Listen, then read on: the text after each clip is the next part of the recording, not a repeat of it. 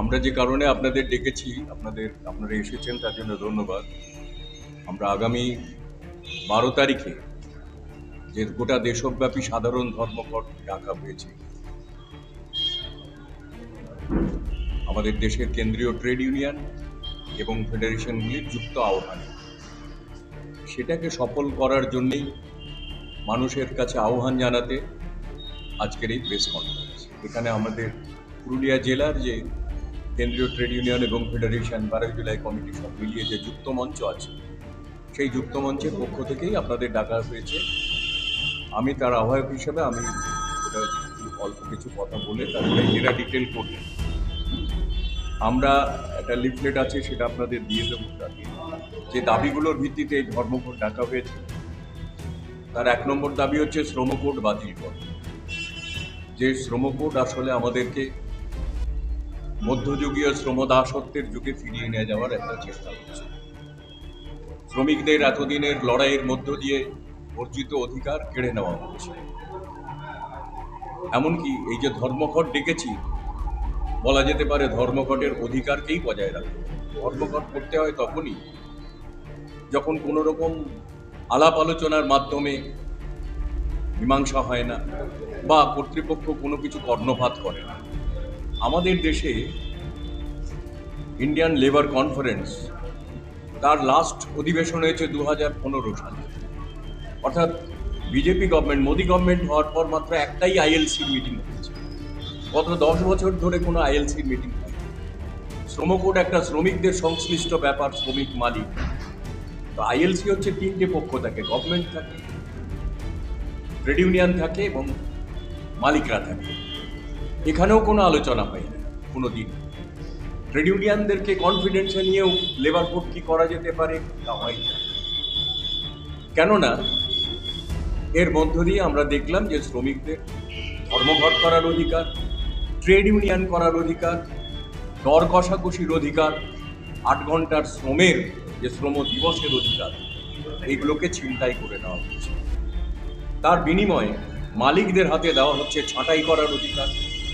300 জনের কম যে কারখানায় বা প্রতিষ্ঠানে শ্রমিক কাজ করে, সেখানে মালিক ইচ্ছে মতো ছাঁটাই, লে অফ, লক আউট, ক্লোজার করতে পারবে সরকারকে না জানিয়েই। অর্থাৎ এটাই হচ্ছে তো বেশিরভাগ শ্রমিক। আমাদের দেশের 93% বেশি হচ্ছে অসংগঠিত ক্ষেত্রের শ্রমিক।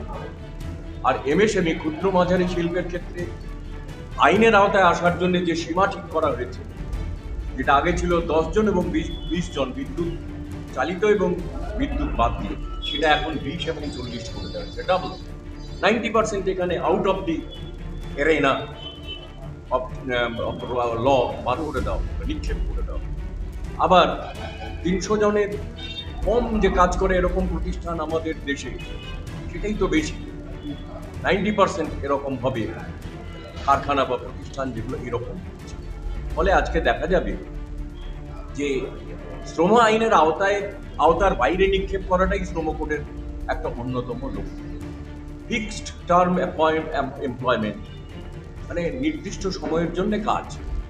আমি তোমাকে 2 বছরের জন্য নিলাম, 2 বছর পর আমাকে খালি হাতে চলে যেতে হবে।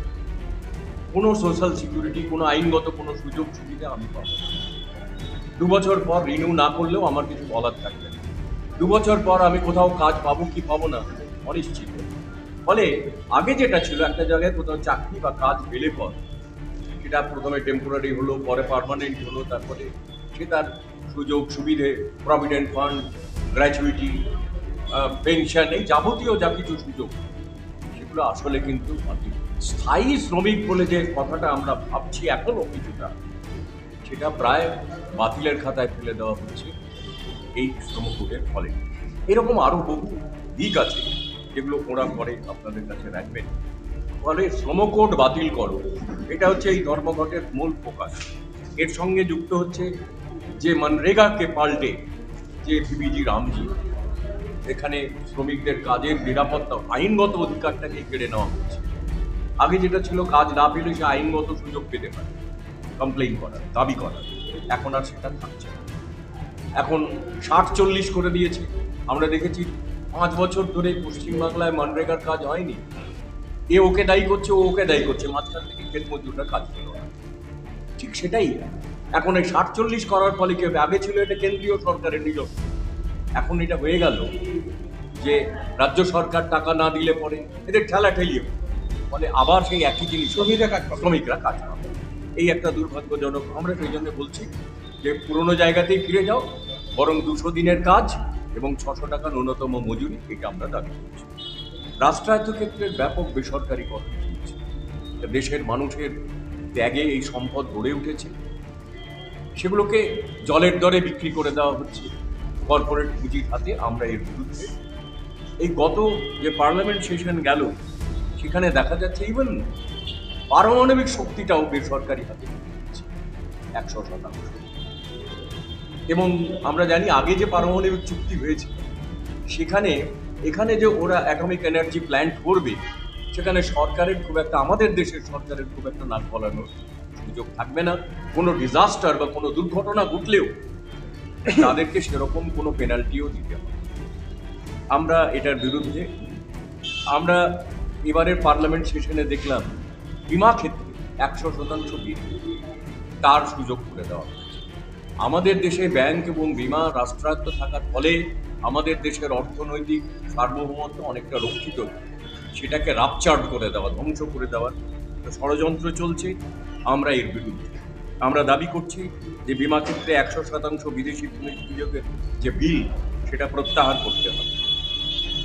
আমরা দাবি করছি কৃষকদের যে ঋণ, কৃষি ঋণ, তা মকুব করতে হবে এবং তাদের সহায়ক মূল্য সংক্রান্ত যে আইন, স্বামীনাথন কমিশনের যে সুপারিশ, সেই মোতাবেক করা, যা সংযুক্ত কিষাণ মোর্চার সঙ্গে যে সমঝোতা হয়েছে, সেটা ব্যাপারে কার্যকরী পদক্ষেপ গ্রহণ করার কথা আমরা বলছি। খসড়া বিদ্যুৎ সংশোধনী বিল, সেটাকে বাতিল করার কথা আমরা বলছি। এই কয়েকটা দাবি আছে, তার সঙ্গে কিছু অন্যান্য দাবি যুক্ত আছে। মূলত এইগুলোই আমরা আপনাদের লিফলেট দিয়েছি, সেখানে আছে। আমরা আপনাদের মাধ্যমে চাই যে এটা প্রচারিত হোক। আমরা এটা রেসপন্সিবল ট্রেড ইউনিয়ন হিসেবে আমরা এই সমস্ত ট্রেড ইউনিয়নগুলি, পশ্চিমবাংলায় যেহেতু তখন মাধ্যমিক, উচ্চ মাধ্যমিক পরীক্ষা, মাদ্রাসা পরীক্ষা চলছে, সেটা যাতে নির্বিঘ্নে হতে পারে, সেই জন্য গণপরিবহন, শিক্ষা প্রতিষ্ঠান বা পরীক্ষা যাতে কোনো মতেই এফেক্টেড না হয়, সেই ব্যাপারে আমরা সেগুলোকে ছাড় দিচ্ছি। বাকি যা ধর্মঘট যেমন হয় তেমনই সেইভাবে ধর্মঘট যাতে হয়। আমরা সর্বস্তরের গণতান্ত্রিক মানুষের কাছে আপনাদের মাধ্যমে আহ্বান জানাচ্ছি যে যাতে দোকান পাট, অফিস আদালত, কল কারখানা, সমস্ত কিছু বন্ধ রেখে সেদিন যাতে এইরকম একটা বিপজ্জনক পরিস্থিতিতে সংগ্রাম ছাড়া কোনো বিকল্প নেই। কারণ আপনাদের জানার জন্য বলি যে এই আইন পাশ হওয়ার পরে 5টা সর্বভারতীয় ধর্মঘট, 5 বছর আটকে রাখা হয়েছে, 5-6 বছর, কিন্তু এখন ওরা ডেসপারেট। এখন একটার পর একটা ডেসপারেটলি জনবিরোধী আইন প্রণয়ন করছে। শ্রমশক্তি নীতি, যেটা রুলস বলে আর কি, আইনের তো একটা রুলস তো আছে, সেটা শ্রমশক্তি নীতি ওরা করেছে এবং এখন ওরা ডেসপারেট এটাকে লাগু করার জন্য। আমরা ধর্মঘটের মাধ্যমে এটাকে রুখতে চাই। আমরা আশা করব জনগণ আমাদের সাথে।